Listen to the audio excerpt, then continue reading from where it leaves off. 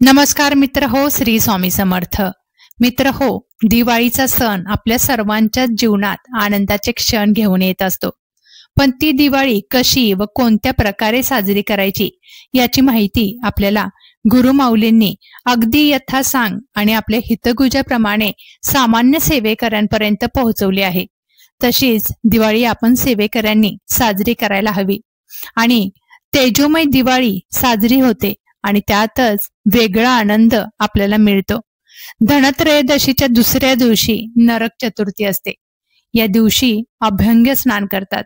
सगळीकडे दीप पंत्या लावतात. घर प्रकाशाने उजळून निघते.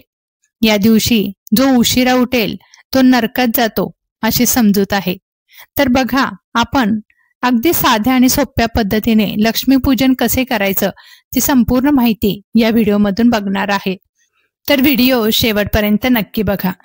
तर बघा, कोणत्याही पूजेला सुरुवात करताना दीप प्रज्वलित करून घ्यायचा आहे. म्हणून आपण सुरुवातीला दीप प्रज्वलित करून घेत आहोत आणि नंतर आपण पूजेला सुरुवात करणार आहोत. तुम्ही तुपाचा दिवा आणि तेलाचा दिवा दोन्ही सुद्धा लावू शकता. आता बघा, तुम्हाला चौरंगावरती लाल कपडा अंथरून ठेवायचा आहे आणि तुम्ही ते केल्यानंतर तुम्हाला त्याच्यावरती एक स्वस्तिक काढायचं आहे. तांदळाच्या राशीचं एक स्वस्तिक छान काढून घ्यायचं आहे तुम्हाला. आणि नंतर तुम्हाला त्याच्यावरती मूर्ती असेल मूर्ती ठेवा किंवा फोटो असेल देवीचा, महालक्ष्मीचा, तर तो तुम्ही ठेवू शकता. माझ्याकडे आता मूर्ती आहे म्हणून मी ती मूर्ती ठेवत आहे. तर बघा, इथे असं सुंदरसं स्वस्तिक काढून घ्यायचं आहे. त्याच्यावरती माझ्याकडे एक छोटासा पाट होता देवीचा, तर तो ठेवलेला आहे आणि त्याच्यावरती मी देवीची मूर्ती स्थापन केलेली आहे. तर अशा रीतीने तुम्ही बघू शकता व्हिडिओमध्ये की देवीची मूर्ती ही बसवून घ्यायची आहे आपल्याला तिथे. आणि नंतरच बाजूला अष्टकमळ काढून घ्यायचं आहे आणि त्या कमळावरती आपल्याला कलशाची स्थापना करायची आहे. बघा, धनत्रयोदशी सुद्धा आपण कलशाची स्थापना करतो आणि लक्ष्मीपूजनाच्या दिवशी सुद्धा आपण कलशाची स्थापना करत असतो. तर हा कलश तुम्ही स्थापून घ्यायचा आहे. म्हणजेच आपल्याला कलश घ्यायचा आहे. त्यामध्ये विड्याची पानं 5 घालायची आहेत तुम्हाला. त्याच्यामध्ये फुलं, हार, दुर्वा आणि 1 रुपयाचं नाणं टाकायचे आहेत. म्हणजे सुट्टे पैसे घालायचे आहेत आपल्याला त्या पाण्यामध्ये आणि सुपारी सुद्धा घालायची आहे. तर हे सर्व घातल्यानंतर तुम्हाला वरती नारळ ठेवून द्यायचा आहे. म्हणजे आपला पूर्ण कलश हा तयार होत असतो. आणि त्यामध्ये हळदी कुंकू सुद्धा आपल्याला घालायचा आहे. आपल्याला पूर्ण कलश हा मांडून घ्यायचा आहे. अशा रीतीने तुम्ही कलशना सुद्धा बघा स्वस्तिक काढून घ्यायचं आहे कलशावरती. कलशाला आणि काढून घ्यायचे कलशावर. त्याला स्वस्तिक काढून झाल्यानंतर कडेलाच बोटे सुद्धा आपल्याला फिरवायचे आहेत हळदी कुंकवाची. आणि कलशाला आपल्याला एक लाल धागा सुद्धा बांधायचा आहे. आणि अशा रीतीने कलशाची पूजा करून घ्यायची आहे. नारळाला सुद्धा हळदी कुंकू लावायचं आहे. देवीला फुलं हार घालायचं आहे तुम्हाला. आणि देवीच्या बाजूलाच मी आता गणपतीची आणि माझ्याकडे लक्ष्मी मातेची मूर्ती आहे, त्या लक्ष्मी मातेची सुद्धा मी पूजा करत आहे. तर अशा रीतीने तुम्ही गणपतीची मूर्ती असेल किंवा मूर्ती नसेल तर तुम्ही सुपारीची पूजा करू शकता आणि गणपती म्हणून तुम्ही पूजा करू शकता सुपारीची सुद्धा आणि लक्ष्मी मातेची सुद्धा. किंवा तुमच्या घरी श्रीयंत्र असेल तर तुम्ही त्याची सुद्धा पूजा करू शकता. आणि अशा रीतीने तुम्हाला लक्ष्मी पूजनाला गणपती आणि माता लक्ष्मीची पूजा करून घ्यायची आहे. फुलं, हार, दुर्वा गणपतीला पाहायचे आहे. कापसाची पोत सुद्धा म्हणजे कापसाचे वस्त्र तुम्हाला अर्पण करायचं आहे गणपती बाप्पांना. नंतर मी बाजूला एक केरसुणी, म्हणजेच आपण तेव्हा लक्ष्मीपूजन असं लक्ष्मी म्हणत असतो या छोट्याशा केरसुणीला. ती केरसुणी तुम्हाला आणायची आहे. लक्ष्मीपूजनाला या केरसुणीचा खूपच मान आहे. तुम्हाला केरसुणी हे लागणारच आहे त्या पूजेमध्ये. आणि केरसुणी आणल्यानंतर त्यांना आपण हळदी कुंकू लावून अक्षता घालायच्या आहेत, फुलं वाहायचे आहेत. आणि या रीतीने मी पुढे सुद्धा बघा 5 कलश भरून ठेवलेले आहेत. लाह्या, बत्ताशे, धने आणि धान्य तुम्ही कडधान्य कोणतेही घालू शकता आणि सुट्टे पैसे आपण त्याच्यामध्ये ठेवायचे आहेत. अशा रीतीने 5 सुगड्या मी भरून ठेवलेल्या आहेत. म्हणजे म्हणतो ना आपण, धनाचा पुरवठा आपल्या घरी भरपूर झाला पाहिजे.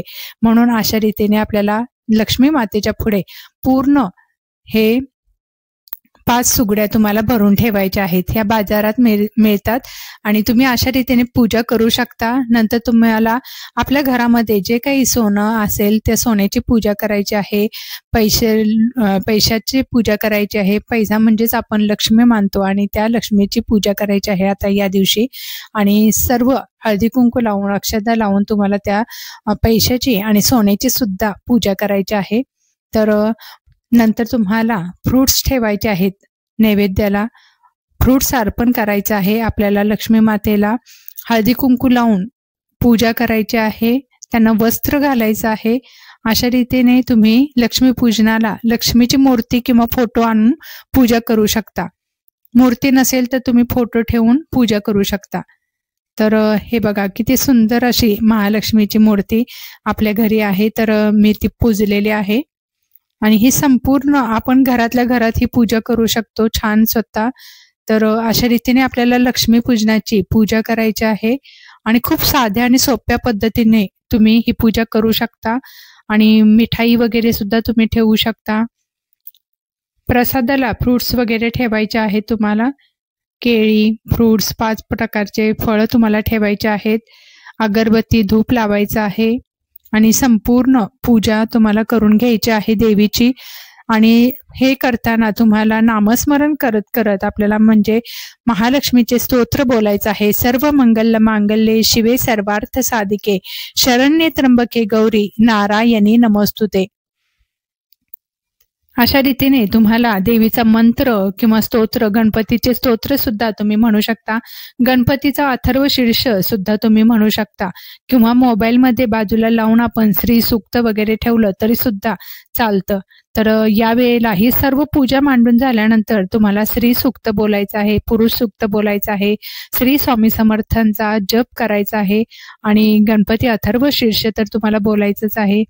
अशा रीतीने तुम्ही कोणतं सुद्धा एखादं स्तोत्र नक्की बोलायचं आहे आणि गायत्री मंत्राचा जप करायचा आहे. या दिवशी गायत्री मंत्राचा जप सुद्धा केलेला खूप छान आहे. म्हणतात ना, गायत्री मंत्राचा एकदा जरी जप केला तर आपली खूप पाप नष्ट होत असतात. म्हणून गायत्री मंत्राचा जप कायम करायचा आहे. रोज आपल्या घरामध्ये गायत्री मंत्राचा किमान 11 वेळेला जप हा झालाच पाहिजे. तर अशा रीतीने संपूर्ण पूजाविधी आपण बघितलेली आहे लक्ष्मीपूजनाची आणि अगदी साध्या आणि सोप्या पद्धतीने आपण ही पूजा केलेली आहे. तर ही पूजा तुम्हाला कशी वाटली मला नक्की कमेंट करून सांगा. तर बघा, आपल्याला दिवा सुद्धा करायचा आहे. तुपाचा दिवा सुद्धा तुम्ही वेगळा लावू शकता आणि त्यानुसार तुम्ही आरती वगैरे करायची आहे. ही संपूर्ण पूजा झाल्यानंतर तुम्हाला गणपती बाप्पाची आरती करायची आहे आणि नंतर तुम्हाला महालक्ष्मीची सुद्धा आरती करायची आहे. श्री सूक्त बोलायचं आहे, पुरुष सूक्त सुद्धा तुम्हाला बोलायचं आहे. तर या पद्धतीने तुम्ही संपूर्ण पूजा करून घ्या आणि अगदी साध्या आणि सोप्या पद्धतीने तुम्ही घरच्या घरी म्हणजे बघा, त्या दिवशी ब्राह्मण वगैरे बोलवणं तर सहज शक्य नसतं. म्हणून प्रत्येक जण आपली पूजा घरातली हे प्रत्येक जण स्वतःच करत असतं. तर तुम्हाला जशी जमेल तशी साध्या सोप्या पद्धतीने ही पूजा करायची. दिवाळीच्या या पूजेला आपण सर्वच खूप आनंदाने आणि उत्साहाने साजरी करत असतो. आपल्याकडून जेवढं आपण करायचं तेवढं देवाला मान्य होतं. श्रद्धा आणि विश्वास असेल तर देवाला केलेली कोणती सुद्धा पूजा ही देव स्वीकारत असतो. तर अशा रीतीने तुम्ही पूजा नक्की करा. तुम्हाला ही संपूर्ण पूजा विधी कशी वाटली मला नक्की कमेंट करून सांगा. व्हिडिओ आवडला असेल तर व्हिडिओला लाईक करा. कमेंटमध्ये जय माता दी लिहायला विसरू नका. जर तुम्ही आपल्या चॅनलवरती नवीन असाल तर आपल्या चॅनलला सबस्क्राईब करा. सेवा करा आणि सेवेकरी व्हा. श्री स्वामी समर्थ. जय जय स्वामी समर्थ. धन्यवाद.